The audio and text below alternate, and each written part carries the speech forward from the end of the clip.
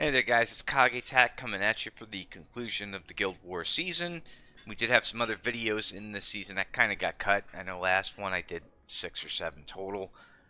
Some audio issues happened and, well, let's be honest, there was definitely some redundancy with the difficulty of those battles. After the third one, it kind of went downhill. So, this is the first time we are looking at this.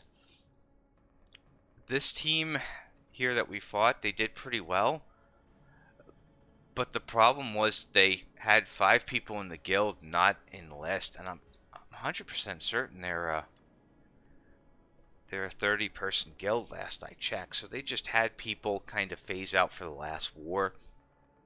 And I'm wondering if that's like a trend for War 6 where maybe people at this point are just kind of burned out.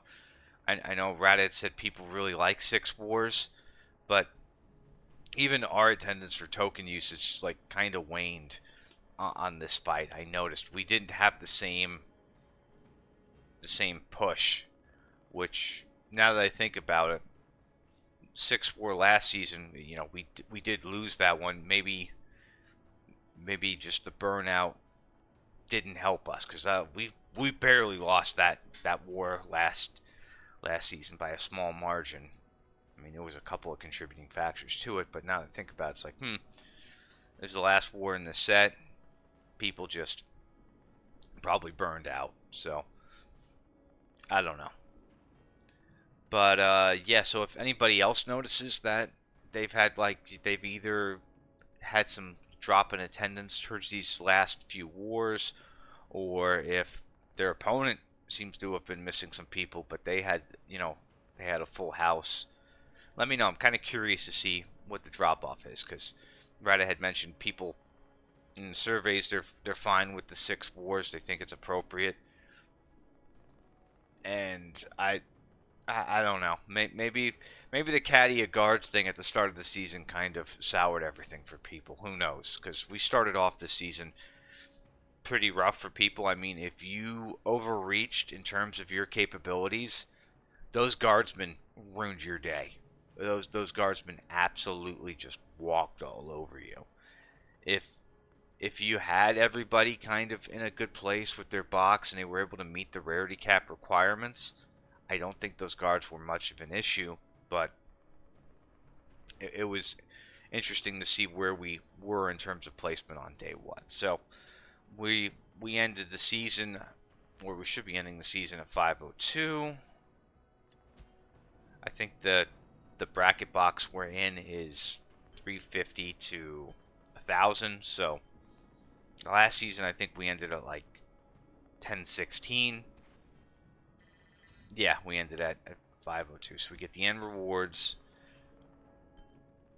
get an extra requisition scroll. Overall, we stayed Battlefield 1. So we stayed Battlefield 1. We won all the matches. We got a decent box. And this is a debate that comes up, and it will keep coming up, because everybody's experience and mileage with this mode is going to vary. And you'll have people who are like, your guild's too good for Battlefield 1. Why are you in Battlefield 1? You should go to Battlefield 2. My guild does very well in Battlefield 2. I hate you. I absolutely hate you. And yeah, so okay, your guild does well in Battlefield 2. Counterpoint, every guild is measured differently in terms of who they're going to go up against. So like Rogue Traders in Battlefield 1, I've seen their score spread. If we fought them, that would be a very hard uphill fight for us to win. And those guys, if they went to Battlefield 2, they would see Diamond 3 defenses and other things. They would fight on the upper end, because that's how they're weighted, I believe. I think I would be in a similar boat where maybe I wouldn't see as many D3 defender teams, but we would run into them because of where we are in the grand scheme of things.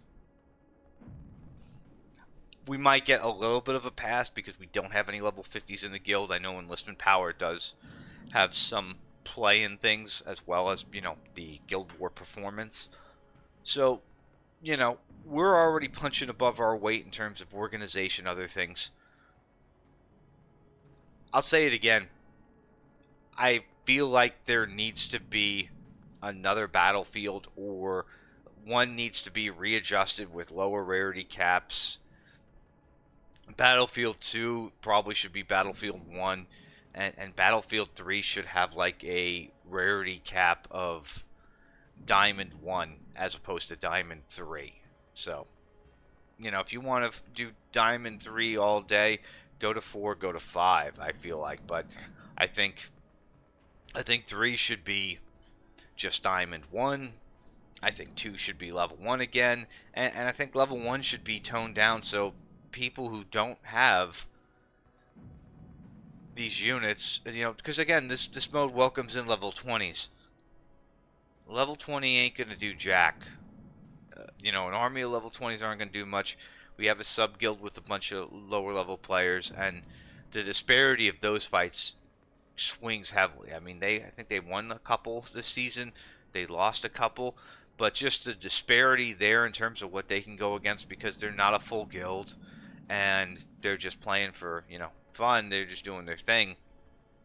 So they could either just walk all over the team they're getting at, because, there's a lot of bot defenders. There's stuff that they're not taking into consideration, which is fine because they're just playing for fun. They're casuals, it is what it is.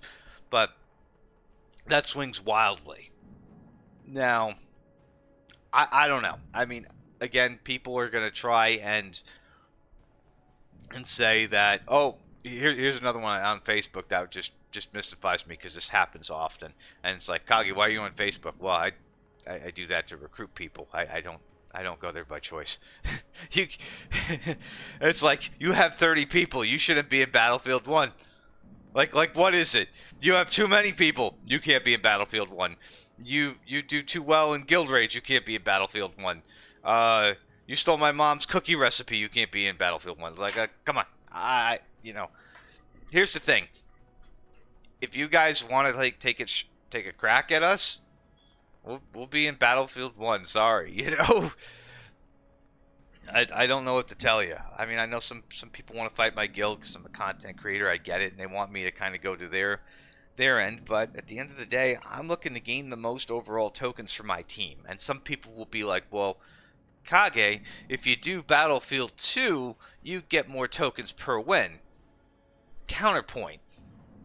Some of my guys might not be able to do as well in terms of token generation per battle. Now, mind you, wipeouts do happen. Some people are going to have some token bleed there as well. We did wipe out 5 of 6 guilds this season. The only guild we didn't wipe out was the third fight we did, which was a dog fight. That could have went either way. Those guys only lost because they were down a man this season, which happened to us last season with them. We had 29 and they had 30 last season, so things reversed and we barely got the win on that. But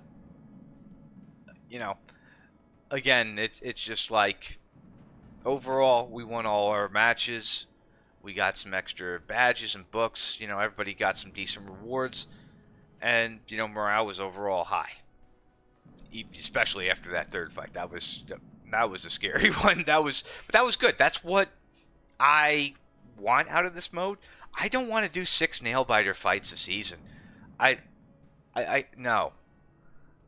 One strong fight. I mean, preferably it'd be nice for that fight to be the third one, to be honest. I think having it in the middle of the season as your kind of like toughest fight you're going to see is probably ideal. I wouldn't want that supposed boss battle at the very end after people are kind of drained. So, I don't know.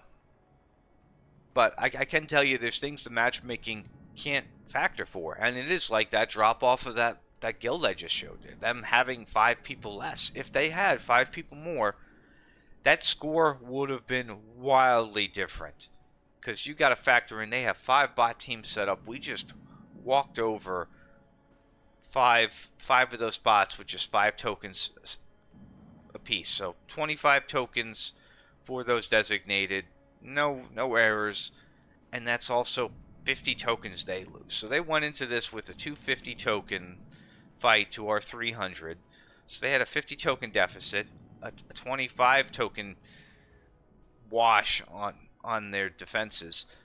It hurts. So I mean, if you are going into these wars, even if you have to find somebody lower level or something, you're always better to just have somebody extra in the guild than having nobody. So that is a very pivotal lesson there. Now, the buildings, I mean, at the start of the season, the garrisons were pivotal. And then after Battle 1, when they got nerfed, I just threw the things up front. Take them. I don't care anymore. So, you know, the main heroes, I think, were... The armory was pretty good.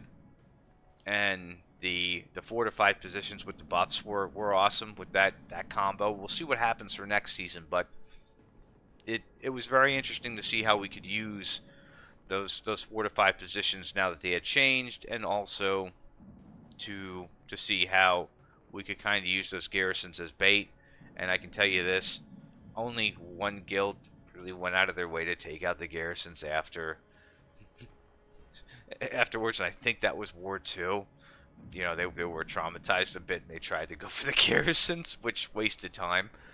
So, but yeah, there's things you can't matchmake. It's like drop off, lack of organization, lack of a Discord. There are things you can't account for.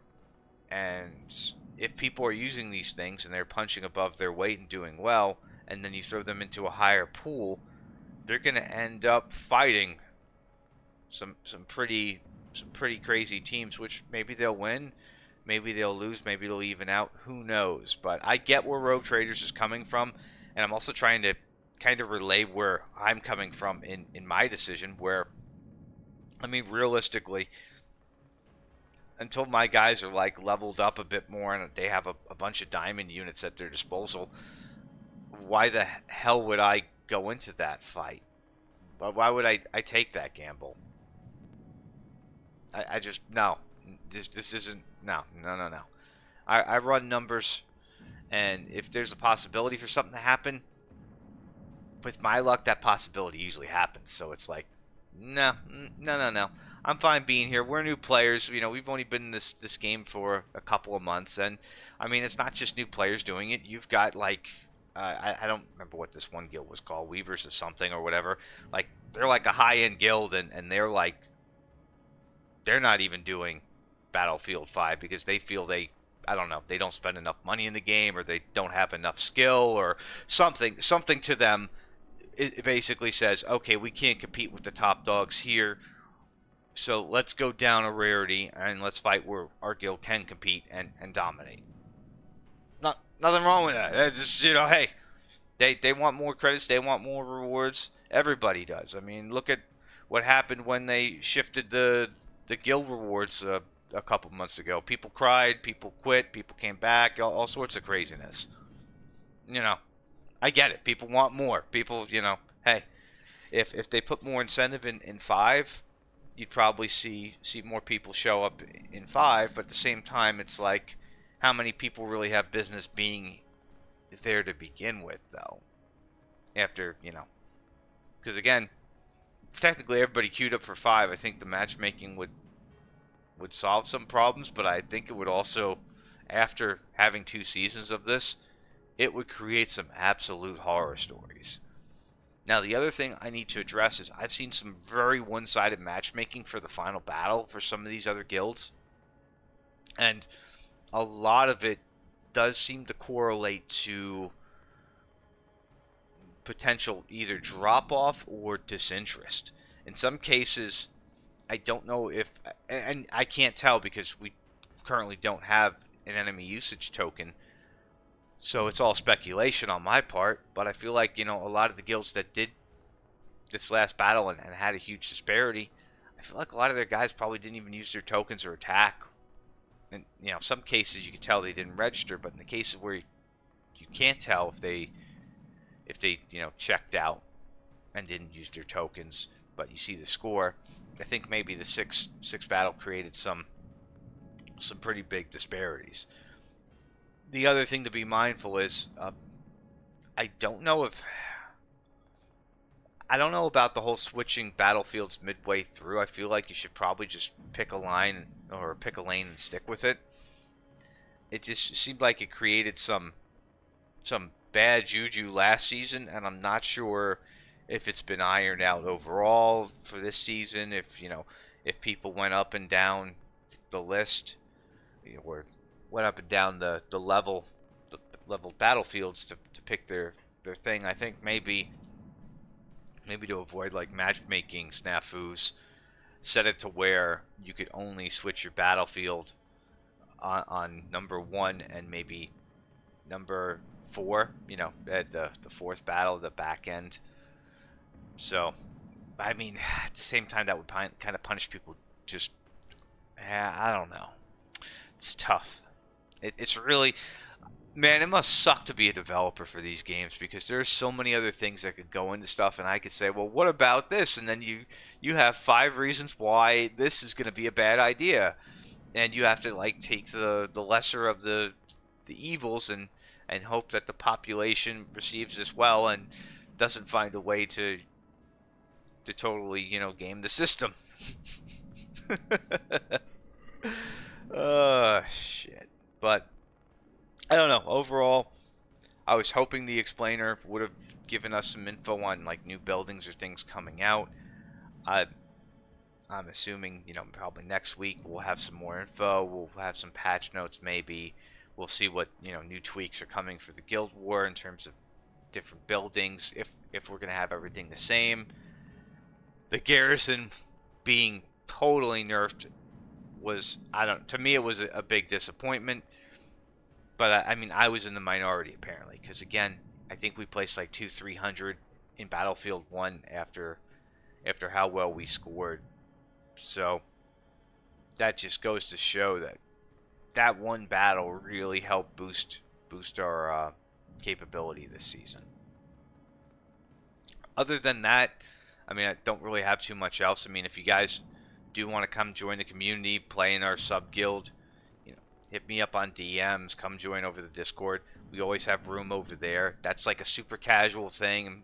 I mean, I guess log in once a week or something. I mean, we clear it out if people haven't logged in like 10 or 20 days, because at that point you're just dead or you quit the game. But if you want like a more lax environment, you want to get to be able to at least do guild wars, and even Discord's technically optional there. I mean, it'd be nice if you join. You don't have to, but if you want to get in on that guild or find out more information, I guess you will have to join the Discord, because I'm not going to tell you here. Oh, it's like, hey, it's optional if you know where to look. Yeah, that's me being me. Anyway, with that being said, I think we covered everything. I mean, I do have some gripes with this system, but I mean, mostly I feel like it's I don't my main gripes are pretty much being teased by this right now. This, and I'm still on the fence if I think auto enlisting is a good idea anymore. I don't know if it is or not. I mean, it's helped us. I mean, because auto enlist wasn't in play and I have my guys super active, we walked all over fight number 6, which may have been insanely difficult if there was an auto enlist. So it's like, I don't know. If you're in a high-end guild, your guys should be active enough to be able to enlist every time. But if you're in a casual guild, I understand how it could be a problem where if your guys don't log in every day, you're going to get screwed on a couple of wars. But I don't know, at the same time, you're casual, so I guess you shouldn't let it bother you, because that's how you guys play the game. I don't know. It's a slippery slope. We could have a debate on that all day. But anyway, I will catch you guys on the next one. We'll have our free-to-play, pay-to-play comparison for the next LRE. And there's some other things I want to do at some point. It's just all a matter of when do I feel inspired enough to do them. Anyway, let me know how the video went in terms of audio. I think I got everything sorted out here. I will see you. Peace.